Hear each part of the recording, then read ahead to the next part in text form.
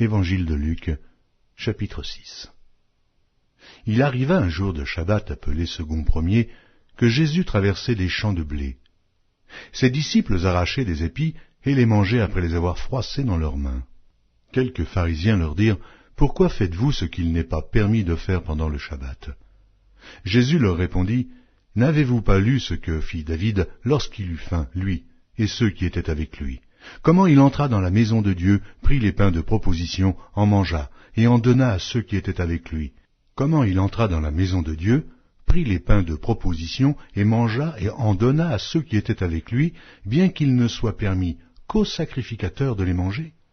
Et il leur dit, le Fils de l'homme est maître même du Shabbat. Il arriva un autre jour de Shabbat, que Jésus entra dans la synagogue, et qu'il enseignait.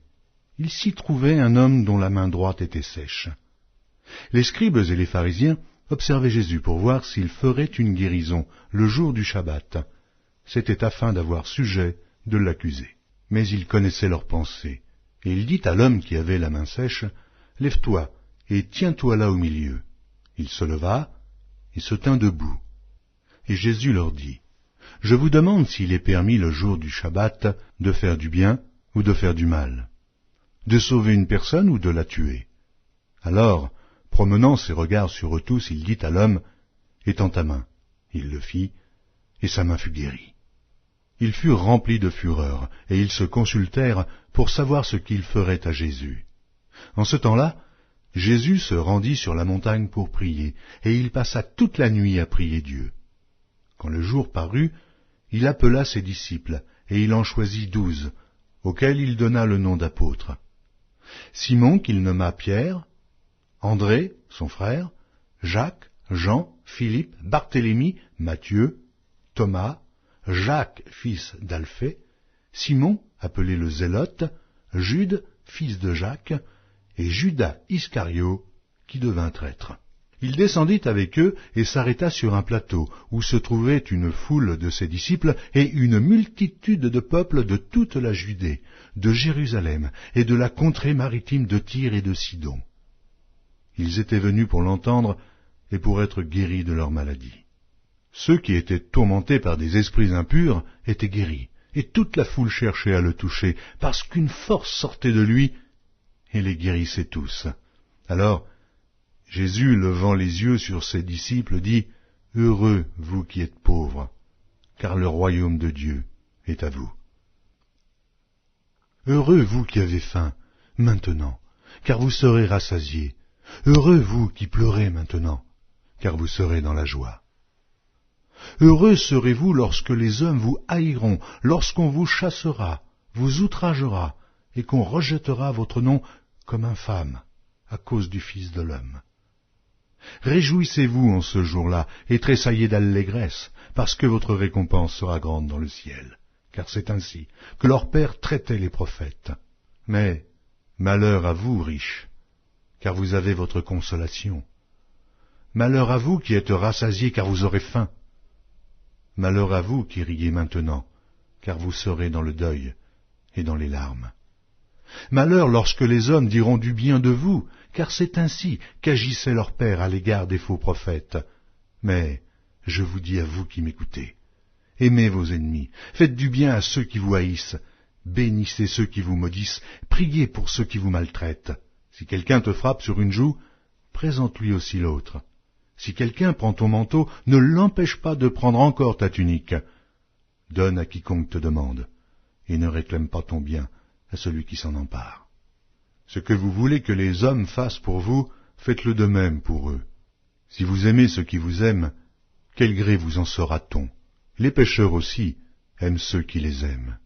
Si vous faites du bien à ceux qui vous font du bien, quel gré vous en sera-t-on? Les pécheurs aussi agissent de même. Et si vous prêtez à ceux de qui vous espérez recevoir, quel gré vous en sera-t-on? Les pécheurs aussi prêtent aux pécheurs, afin de recevoir la pareille.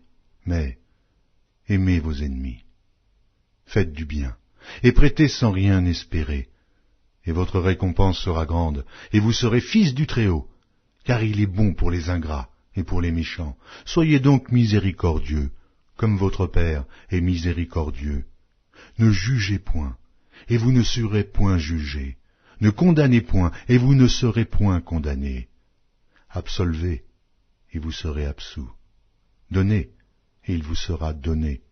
On versera dans votre sein une bonne mesure, serrée, secouée et qui déborde, car on vous mesurera avec la mesure dont vous vous serez servis. Il leur dit aussi cette parabole. Un aveugle peut-il conduire un aveugle? Ne tomberont-ils pas tous deux dans une fosse? Le disciple n'est pas plus que le maître, mais tout disciple accompli sera comme son maître.